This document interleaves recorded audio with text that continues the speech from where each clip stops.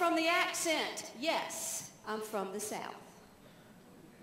Georgia originally. Born and raised, I still got some people down there in Smyrna, Atlanta, Marietta, Cell Block B. We'll help you cook, we'll help you clean, we'll help paint your house and birth your children, but you take our seat in church.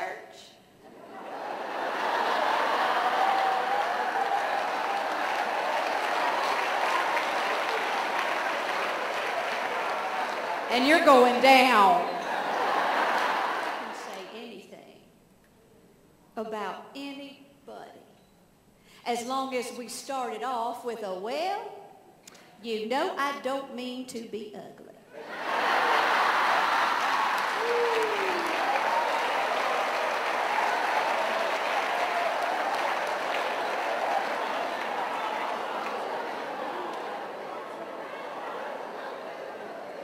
And then you throw in a couple of, well, I'm just saying. And you most surely must wrap it up with a what?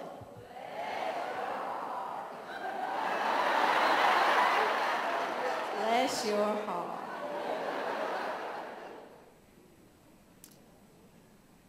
Is that Mildred Jenkins out yonder?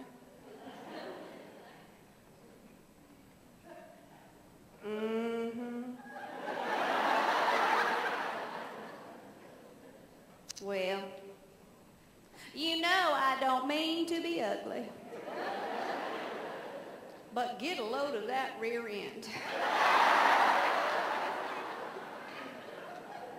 I'm just saying, if that thing gets any bigger to sit down, she's gonna need landing gear. Looks like her hips are in parentheses.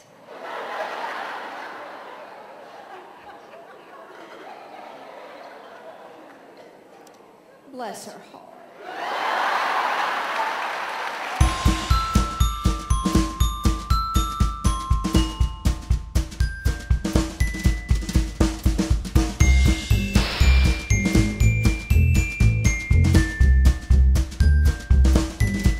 Sometimes late at night, when everybody's asleep, when the shades are drawn and the lights are off, I'll turn on that music. I'll lower that pole.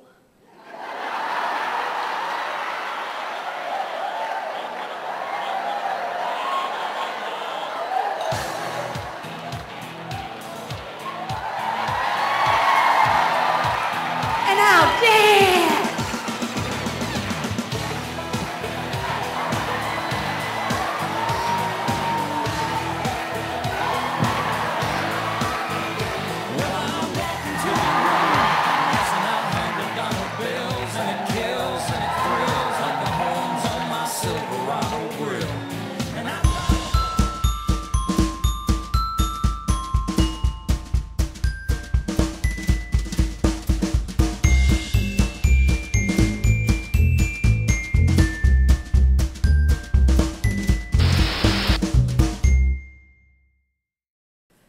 Because you see, sometimes when I pick up the mirror, here's what I see.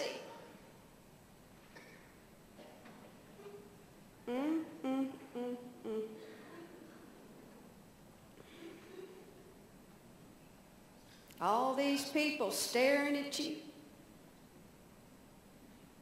waiting for you to say something that's going to change their lives.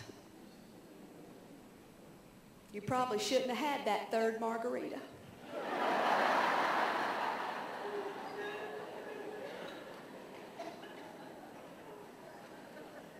Oh, what? You're scared? Now you're afraid of getting up in front of strangers? Do you not remember the year you got up on that bar and danced because you lost 5 pounds and thought that you looked cute in a tank top? You're afraid you'll look silly. Sweetie, do you not remember the 80s? Blue eyeshadow, leg warmers, your bedazzled jumpsuit. Do you not remember that jumpsuit you made in home economics? That you had to wear to school for a grade? And it fell apart by lunch? And everybody had to see that you were wearing Tuesday's underwear on Wednesday. You not learn that your true joy comes in those moments when you step out of that comfort zone and stop being afraid of what everybody else is going to think?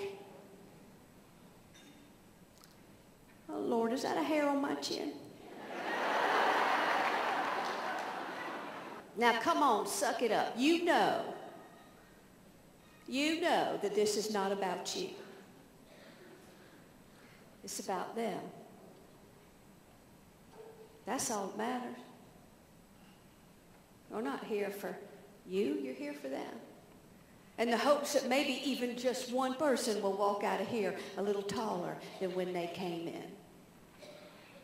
That'll be all right. So put on a smile, because this is gonna be great to be here with you this morning. And I want to ask you, when you look in the mirror, what's that voice telling you? Is that voice telling you, yay, you did good. Celebrate. You're still standing. Or is that voice saying, yeah, you failed again. Told you you couldn't do it. I've been telling you that for years. And yes, your butt does look big in those pants.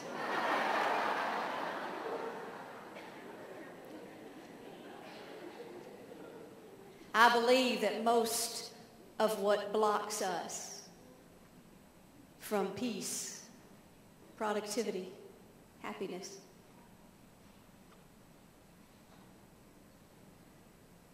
is what that voice is telling us.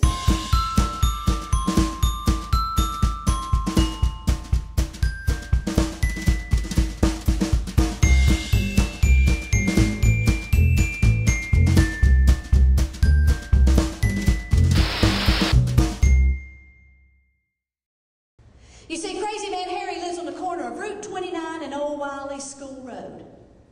You don't have to live there to know him, just drive by and you'll see his rusty old lawn chair, the one with the strap dragging the ground.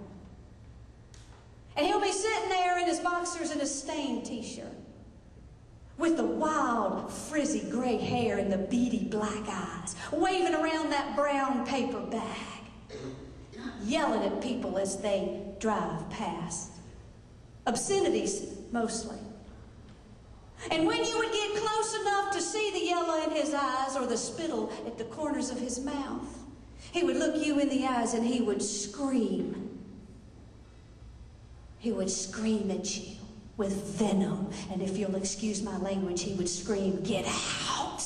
Get the hell out!" I always remember Aunt Betsy. And that year that she got all caught up in the preachings of this highfalutin head doctor. You see, he'd come traveling through town giving this lecture on conquering your fears. Well, Aunt Betsy decided it was high time she did some fair conquering of her own. Starting with her fear of wearing a bikini. Apparently, Miss Betsy was afraid of putting on one of them two-piece bathing suits in public. And the way we saw it, that woman had every reason to be afraid. But she decided she was going to conquer her fear, y'all, and she was going to conquer it but good. And that the only way to do that was going to be to walk directly through the middle of town wearing nothing but a bright yellow stringed bikini and white pumps. That woman marched. She marched with her head held high. She marched right past Ray Jean's diner in that big bay window where all them forks sat frozen in midair. And her vision was grand, but I ain't so sure she accomplished her goal. 'cause in all the chaos and the activity of the day, well, Aunt Betsy never realized the full implications in purchasing something known to most folks as one of them thong bikinis. She thought thong just meant it's made somewheres in China or something. And then she got all caught up in the adrenaline and the applause and decided she'd add some dance steps to her routine. And we don't need to talk about how that turned out, 'cause the only dancing Aunt Betsy knew about was clogging.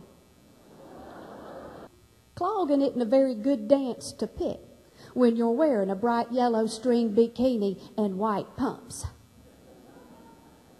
There were parts of that woman exposed that only the good Lord himself knew about.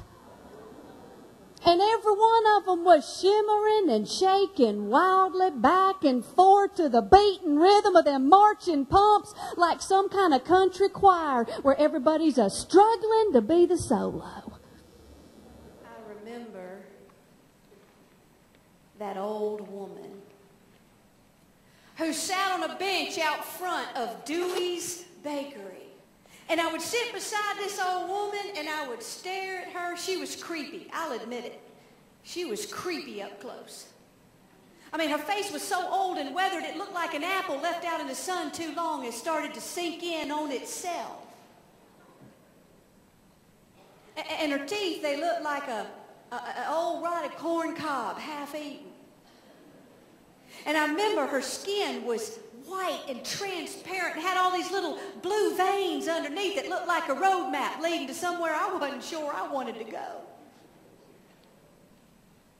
And I would stare at that skirt she had on. It was long and it had all these colors in it that used to be other colors. And she had these old work boots with no laces and a good 3 days dirt on them. And this long gray shirt hung past her elbows, and it had the name Earl stitched on the pocket. Some sweet morning when this day is over, I'll fly away. You could hear her singing all the way from the parking lot. Loud staccato jubilant notes of a life well lived. The automatic glass doors opened up and I could see this woman standing there holding her mop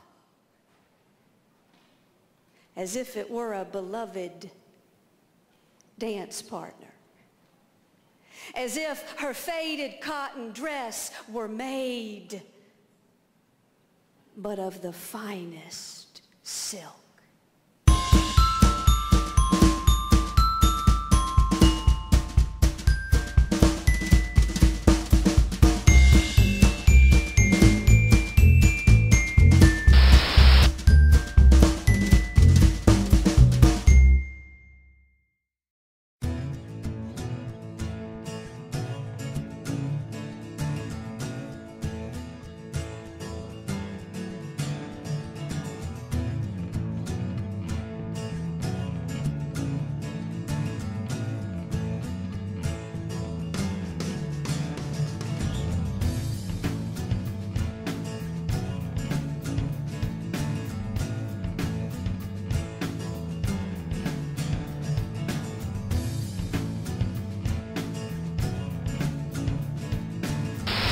Kelly, I really enjoyed it. It was just wonderful. I know for myself, I needed that experience.